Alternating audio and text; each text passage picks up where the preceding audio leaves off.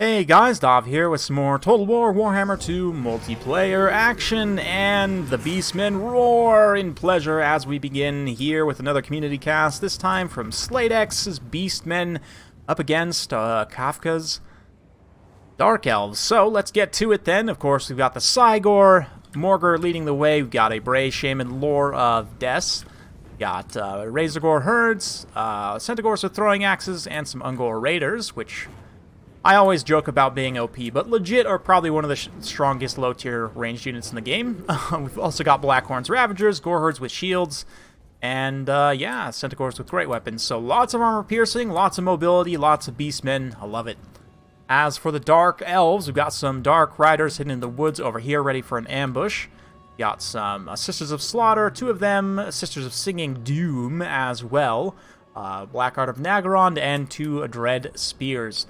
Also, SLAANESH's Harvesters, Dark Riders, and of course, old Malekith in the air. On Seraphon, looking like Darth Vader, doing as he do. Some Hounds here for Slade, doing some great scouting, making sure there's no hidden units in the woods here. There are a couple of Dark Riders with repeater crossbows that are actually hidden over here, but they are likely to be discovered by these spears as they advance. Yep, and we can see they are just there.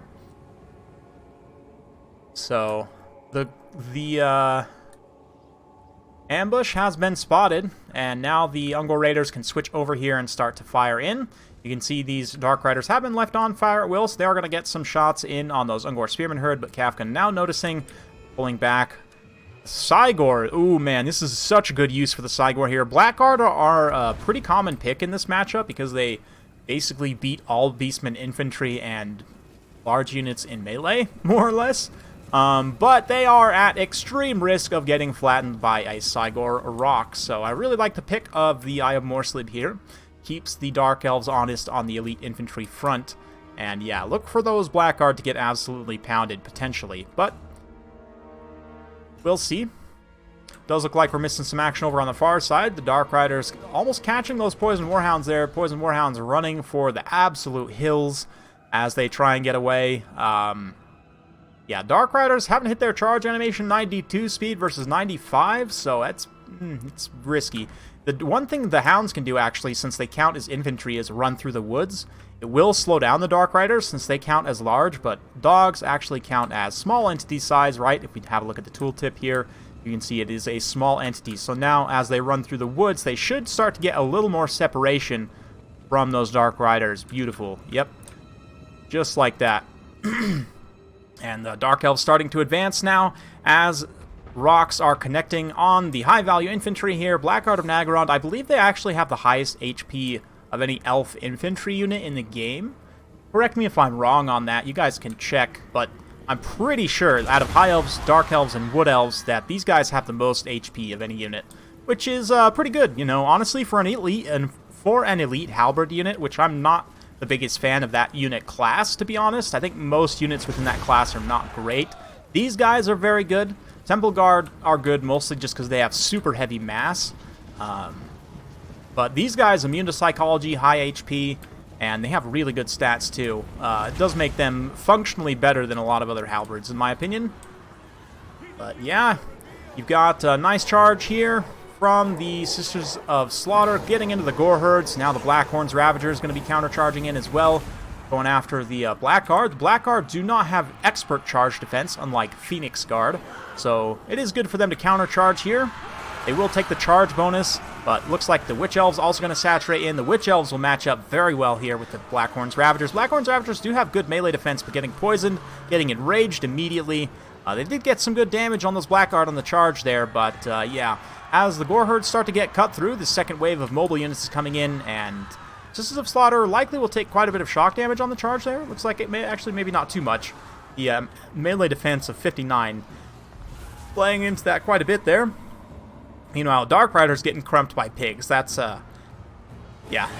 Even though those units cost pretty similar, Dark Riders will pretty consistently lose that, I think, unless they get, like, a nice clean charge. But even then, I think Razorgores have enough HP, they'd probably win. Here, though, Malekith drops down on the Dragon, terrifies away a bunch of the Beast herds, and the Dark Elves will be able to clean up. SLAANESH's Harvesters, though, oh man, they just literally got turned into a unit of Spawn!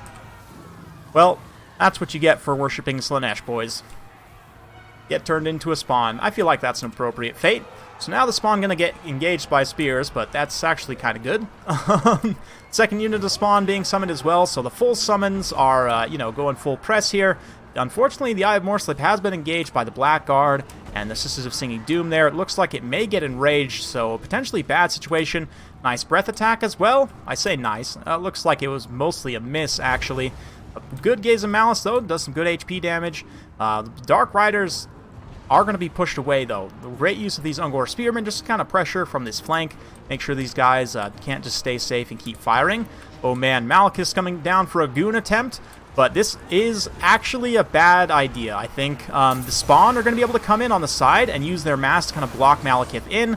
Likewise, the Centaurs are fast enough that they can also keep him engaged here. Now, that being said, this Soul Stealer is going to do a lot of damage to the Spawn, to the Centaurs, and to the Bray Shaman here. So, great Soul Stealer. But, yeah, Malekith's potentially going to get stuck on the ground here. We'll see. The terrifying away the Centaurs with throwing axes is definitely nice.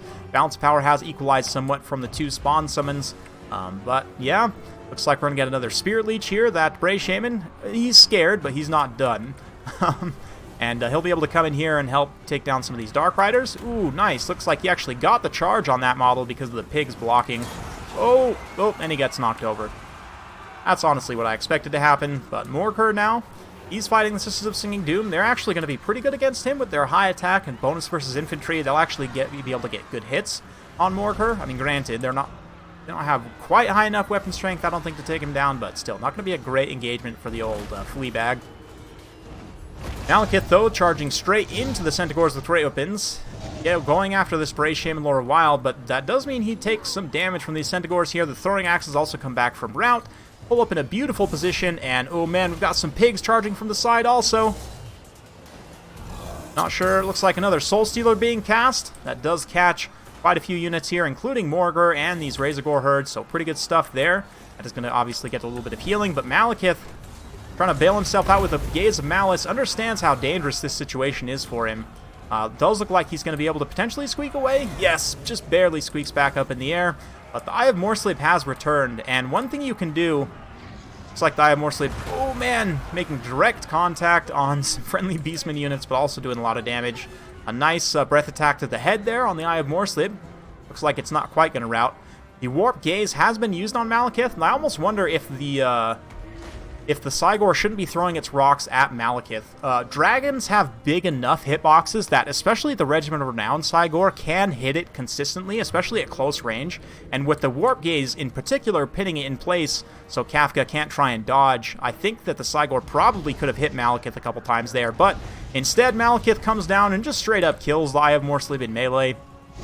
He does get side charged by pigs, though, and here come the Centaurs as well. Beastmen charge coming in. We've got a second layer of Centaurs, the ones with throwing axes now coming in to make sure Malekith can't get back up in the air. And look at how much he's getting staggered here as well. Has taken a lot of damage. The pigs with their high weapon strength and high charge bonus, 46 charge bonus on Razorgore herds with 52 weapon strength. They do a lot of damage on the charge. Malekith is definitely feeling the pain there. Ungor Raiders also back from route. A Spirit Leech from the Bray Shaman. Morgur is slowly meandering over, just absolutely metal walk. Full menace, you know, death metal playing. Or let's be honest, let's probably be like heavy jungle electro for Morgur. But anyway. Yeah, Malekith going down here is obviously a huge blow to the Dark Elves. You can see the balance power immediately takes a turn. These Dark Riders are going to come back and try and screen out Malekith, but will it be enough? Malekith actually routs here. The fact that he routs is absolutely huge. The Dark Riders immediately pulling away, sensing that there's no chance in bailing out Malekith if he's shattered. Oh man, he's shattered. That's so bad. That's so bad. Got down below 400 HP, and that is game. Very well played to SLAANESH. Hopefully you guys enjoyed watching that one. Great use of the Eye of Morslip, which actually, you know, it's a pretty meta pick, to be honest, but I haven't seen it in a while, so nice to see once in a while. Yeah, the Razorgore herds did a pretty good job. Very cost-effective units. I'm a huge fan. Morgur the Shadowglaive getting some good spawn summons there, and the SLAANESH's Harvesters in particular. Man, getting turned into spawn, that's got to be like a top 10 moment for the past couple weeks for me. Hilarious. Just love it. A nice, well-balanced Beastman build. a lot of good stuff here. One thing, there is no Butchers of Kalkengard, which is one of my favorite units in the game, and I think probably one of the best regiments from now in the game. They are pretty expensive, but yeah. This is an interesting matchup, definitely. Previously, you know, I just want to say it's very even. Previously, you know, back when Hellebron was brokenly overpowered, Dark Elves actually had a pretty good matchup here, because Hellebron was actually really hard for the Beastmen to kill, but since Hellebron's been nerfed and /fixed, and that was a long time ago, and just in general, I mean, the Dark Elves, rather, did get some new tools, but it's interesting. Like, Scourge Runners, I don't think you can really make them work here, because the Beastmen are so fast, especially if you face a mass Centaur and Hound build. Like, these Scourge Runner chariots are only 84 speed, which is absolutely very fast, don't get me wrong, but compared to the 90 plus speed, sorry, I guess only 84? Really? That's not right. They're faster than that. 12% speed from the Primal Fury makes them faster, right? So, that's interesting. I thought for sure Centaurs were faster. I thought they were in the 90s baseline, but I guess not. I mean, this would put them over 90, right? The extra 12% from the Primal Fury. So, while that Primal Fury is active, they definitely can catch you. And just in general, I don't know, kiting against the Beastmen is hard. They're so fast. Similar to Norse, it can be very, very difficult to kite them. And not to mention, well, the Cygor is pounding your face away, potentially. So, it's an interesting one for sure. I like this matchup a lot. It's one I've played quite a bit, and it's interesting. Hopefully I've talked long enough for you guys today, but anyway, if you like this sort of content, be sure to like and subscribe, hit that bell notification, so every time I upload a new video, you'll be notified. Thank you once again for watching, and we'll see you next time.